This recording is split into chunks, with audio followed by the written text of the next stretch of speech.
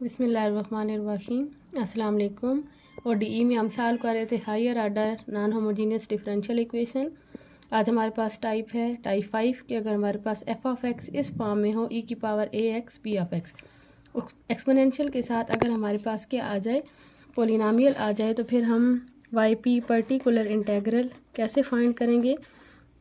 यहाँ पे होता है F of x over F of D. F of x की वैल्यू ई की power A x P of x over F of D. तो डी जो ई की पावर ए एक्स है इसके इतना ही काम होगा कि इसके लिए हम क्या यूज़ करेंगे, एक्सपोनेंशियल शिफ्ट यूज़ करेंगे। एक्सपोनेंशियल शिफ्ट का क्या मतलब है कि एफ ऑफ डी में डी को रिप्लेस कर देंगे डी प्लस ए से।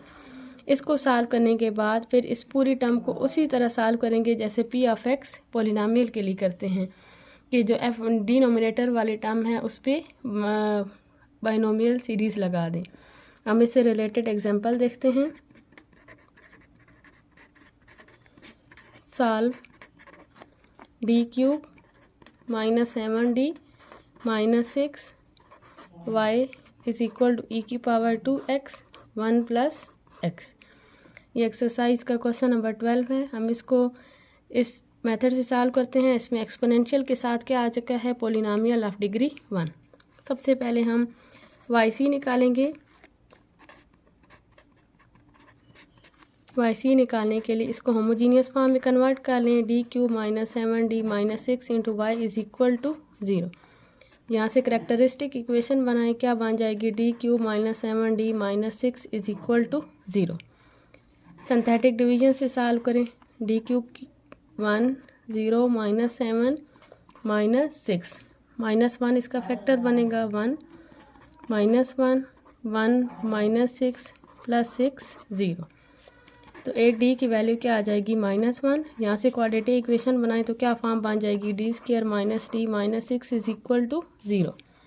इसके फैक्टर्स बना लें, d square minus 3d plus 2d minus 6 is equal to 0, d minus 3 d plus 2।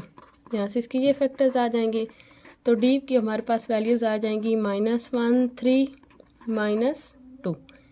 Y c निकाले, y c is equal to c1 e की power minus x plus c2 e की power 3x plus c3 e की power minus 2x।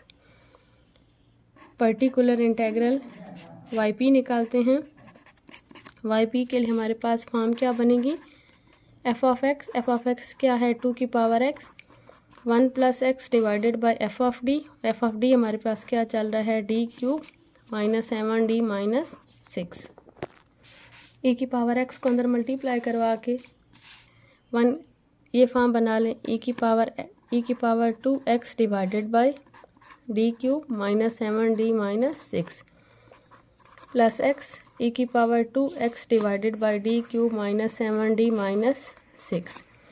यहाँ पे क्या करें, इसके factors बना लें। ई की पावर 2x, डी की वैल्यूज़ आई थी -1 3 और -2, तो यहाँ पे इस टर्म के फैक्टर्स क्या बनेंगे, D plus 1 D plus 2 D minus 3 ई की पावर 2x। क्योंकि यहाँ पे वही फॉर्म बन रही है एक्सपोनेंशियल और पोलिनोमियल वाली, तो एक्सपोनेंशियल के लिए क्या करें, एक्सपोनेंशियल शिफ्ट यूज़ कर लें। डी को किस से रिप्लेस कर दें, यहाँ पे ई की पावर में कौन सा कांस्टेंट है 2, तो डी को रिप्लेस कर दें डी प्लस 2 से, डी प्लस 2 माइनस 6। यहाँ पे एक्सपोनेंशियल की फॉर्म हमने पहली टाइप पढ़ी थी, ई की पावर ए एक्स के लिए ई जो डी होता है उसको रिप्लेस कर देते हैं ई की पावर में जो नंबर हो उससे। ए की वैल्यू है 2 तो डी की जगह पुट कर दें 2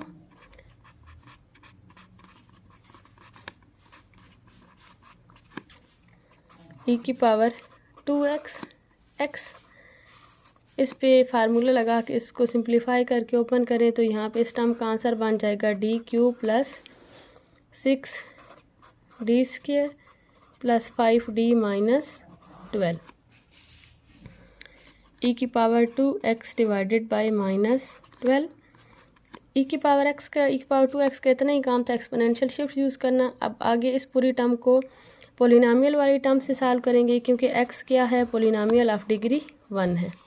तो डिनोमिनेटर में हमने बाइनोमियल सीरीज़ लगानी है। बाइनोमियल सीरीज़ लगाने के लिए एक टर्म 1 होनी चाहिए, तो इसके लिए कांस्टेंट -12 कामा ले लें।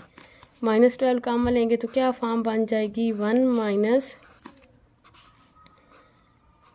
D cube plus 6d² plus 5d divided by 12। yp is equal to minus e की power 2x over 12 minus e की पावर 2x ओवर 12। ये जो डिनोमिनेटर में टर्म है ये वाली 1 minus d cube plus 6d² plus 5d over 12, इस पूरी टर्म को नोमिनेटर में ले जाएं तो क्या फॉर्म बन जाएगी, 1 minus d cube plus 6d² plus 5d divided by 12 whole power -1 into x. यहाँ पे जितने भी क्वेश्चन हैं उन पे बाइनोमियल सीरीज़ की यही फॉर्म बन रही होगी, यही सब में फॉर्म बन रही होगी 1 माइनस एक्स की पावर -1। इसकी सीरीज़ आपको पिछले लेक्चर में लिखवाई थी, क्या बनती है, 1 plus x square plus x cube plus up to so on. तो यही बाइनोमियल सीरीज़ जो है इस टर्म पे अप्लाई करवा दें। जो आगे टर्म है जिसका हमने डेरिवेटिव लेना है वो x है, उसका एक ही डेरिवेटिव एग्जिस्ट करता है, d² भी 0 आ जाएगा, बाकी हायर जितने डेरिवेटिव्स हैं वो 0 आ जाएंगे।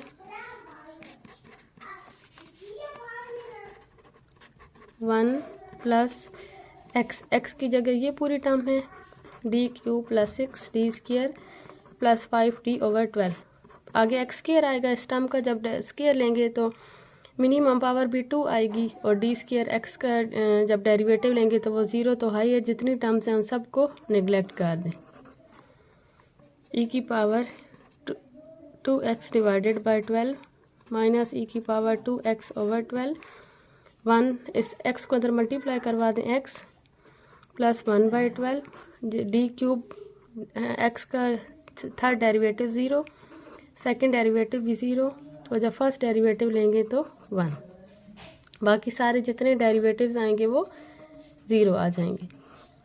इसलिए हमने हायर टर्म्स जो हैं वो नहीं लिखी। e की power 2x over 12 minus e की power 2x over 12 x plus 5 by 12,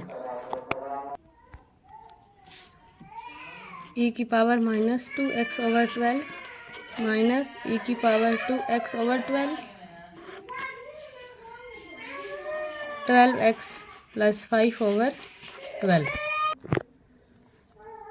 इस पूरी टर्म को एलसीएम लेके सॉल्व करें तो इसका आंसर आ जाएगा e की power 2x over 145 12x plus 17। General solution क्या बन जाएगा, y is equal to y c plus y p. Complementary solution हमारे पास आया था c1 e की power -x plus c2 e की power 3x plus c3 e की पावर -2x। पर्टिकुलर सोल्यूशन आ गया है a की power 2x over 144 12x plus 17। Next हम देखते हैं टाइप 6। टाइप 6 हमारे पास क्या है कि अगर हमारे पास f ऑफ x इस फॉर्म में हो, sine ax p of x, तो पहले हम f ऑफ x को इस फॉर्म में कन्वर्ट करेंगे। जैसे साइन ax है, इसे हम e की पावर आयोटा ax की फॉर्म में कन्वर्ट करते हैं, तो ये उसका क्या है, इमेजिनरी पार्ट है। और अगर यहाँ पे काज हो तो इधर क्या लिखेंगे, रियल पार्ट ऑफ e की पावर आयोटा ax, साथ क्या आ जाएगा, p ऑफ x। फिर ऐसे ही आगे क्वेश्चन को सॉल्व करेंगे। जैसे अभी किया एक्सपोनेंशियल के लिए क्या करेंगे, जैसे अभी क्वेश्चन सॉल्व किया इसी तरह करेंगे। एक्सपोनेंशियल के लिए एक्सपोनेंशियल शिफ्ट यूज़ करेंगे। जो yp है उसमें क्या करेंगे, yp की फॉर्म ये बन जाएगी, इमेजिनरी पार्ट ऑफ e की power iota ax p of x over f of d। जो e की पावर आयोटा ax है उसकी वजह से क्या करेंगे, एक्सपोनेंशियल शिफ्ट यूज़ करेंगे। एक्सपोनेंशियल शिफ्ट का मतलब क्या है कि f ऑफ d में d को रिप्लेस कर देंगे d प्लस a से, और फिर आगे p ऑफ x वाली फॉर्म से सिंप्लीफाई करेंगे। लास्ट पे पूरी टर्म सॉल्व करने के बाद इस टर्म में जो इमेजिनरी पार्ट होगा वो इमेजिनरी पार्ट क्या बन जाएगा, पर्टिकुलर सोल्यूशन। और अगर यहाँ पे काज वाली टर्म इन्वॉल्व है तो e की पावर आयोटा ए एक्स का रियल पार्ट यूज़ करेंगे और लास्ट पे इसका इस पूरी टर्म को सॉल्व करने के बाद यहाँ से रियल पार्ट उठा लेंगे। इसके लिए एक ही क्वेश्चन है एक्सरसाइज में, question number 19, solve y double derivative plus y is equal to x sine x, y of 0 is equal to 1, y derivative of 0 equal to 2। y double derivative का क्या मतलब है, d square of y, d square of y plus y is equal to x sine x, d square plus 1 y is equal to x sine x. पहले हम Y C निकालते हैं। For Y C या complementary function homogeneous equation क्या बन जाएगी, d square plus 1 y equal to 0। यहाँ से करेक्टरिस्टिक इक्वेशन बनाए d square plus 1 equal to 0, तो डी की दो वैल्यूज़ क्या आ जाएंगी, प्लस माइनस आयोटा। तो वाई सी की वैल्यू क्या आ जाएगी, C1 cos x, क्योंकि इसका जो है वो इमेजिनरी रियल पार्ट जो है वो 0 है, तो e की power 0x C1 cos x plus C2 sin x। ये हमारे पास आ गया है complementary solution. For y p particular integral, y p के लिए क्या फॉर्म बनेगी, x sine x over d square plus 1। Sine x को हम क्या लिख सकते हैं, इमेजिनरी पार्ट ऑफ e की power iota x, y p is equal to e की power imaginary part of sine x को क्या लिख सकते हैं, imaginary part of iota x, x over d square plus 1। e की पावर आयोटा एक्स का यहाँ पे काम क्या होगा, एक्सपोनेंशियल शिफ्ट यूज़ करना। एक्सपोनेंशियल शिफ्ट का मतलब क्या है कि d को रिप्लेस कर देंगे d प्लस आयोटा से, d plus iota square plus 1, imaginary part of e की power iota x, x over, यहाँ पे फार्मूला लगा दें a plus b whole square का, तो d square plus iota square plus 2 iota d plus 1। Iota square की value -1 plus 1 से cancel, तो क्या फॉर्म बच जाएगी, इमेजिनरी पार्ट ऑफ e की power iota x, x over d square plus 2 iota D. अब ये पोलिनोमियल फॉर्म बन रही है x, तो पोलिनोमियल फॉर्म को सॉल्व करने के लिए जो डिनोमिनेटर वाली टर्म है उस पर क्या करते हैं, बाइनोमियल सीरीज़ लगाते हैं। बाइनोमियल सीरीज़ लगाने के लिए यहाँ से 2 आयोटा डी कामा ले लें, तो क्या बन जाएगा, बच जाएगा 1 plus D divided by 2 iota.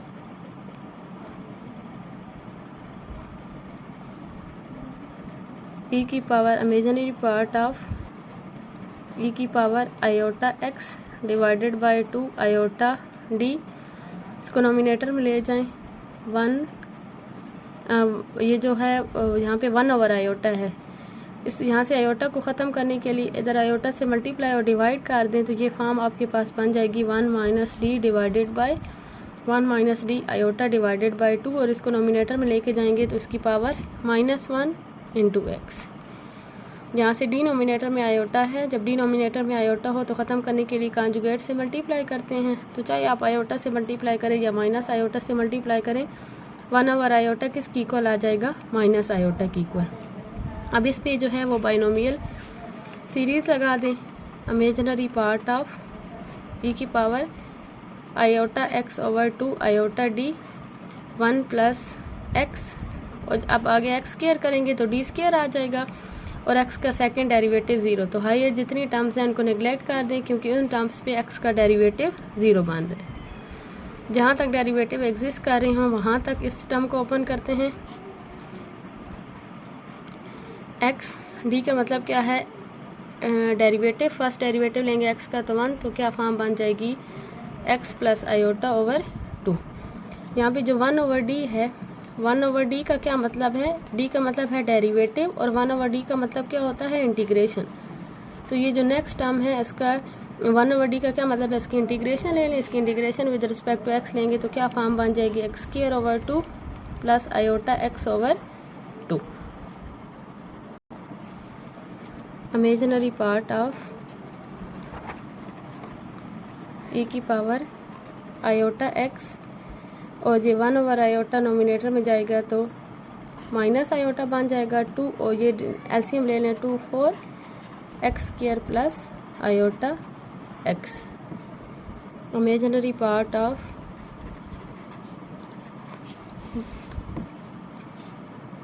e की पावर आयोटा x को कन्वर्ट कर लें cos x plus iota sin x divided by 4। इसके साथ टर्म चल रही थी माइनस आयोटा, उसको अंदर मल्टीप्लाई करवा दें तो क्या आ जाएगा, माइनस आयोटा x² माइनस ये आयोटा स्क्वायर बन जाएगा तो आयोटा स्क्वायर -1 प्लस 1 आ जाएगा। यहाँ से इन दोनों टर्म्स को मल्टीप्लाई करवा के आप इमेजिनरी पार्ट उठा लें तो यहाँ से इमेजिनरी पार्ट हमारे पास आ जाएगा। जब आयोटा को ये इस टर्म को cos से मल्टीप्लाई करवाएंगे तो तब इमेजिनरी पार्ट आएगा -x² cos x, और जब आयोटा वाली टर्म को इधर मल्टीप्लाई करवाएंगे sin x को इससे तब हमारे पास इमेजिनरी पार्ट आएगा तो क्या बच जाएगा, -x² cos x plus x sin x/4। ये आके आ जाएगा यहाँ पे इसका हमारा इमेजिनरी पार्ट। y हमारे पास जनरल सोल्यूशन क्या बनेगा, yc प्लस yp। yc हमारे पास चल रहा था c1 cos x plus c2 sin x plus x, यहाँ पे अलग अलग डिवाइड करवा दें, plus x sin x/4 minus x² cos x/4। ये हमारे पास जनरल सोल्यूशन आ गया है। इसके साथ हमें दो कंडीशंस गिवन थी। एक कंडीशन हमें गिवन थी y of 0 is equal to 1, और दूसरी कंडीशन हमें गिवन थी y derivative of 0 is equal to 2।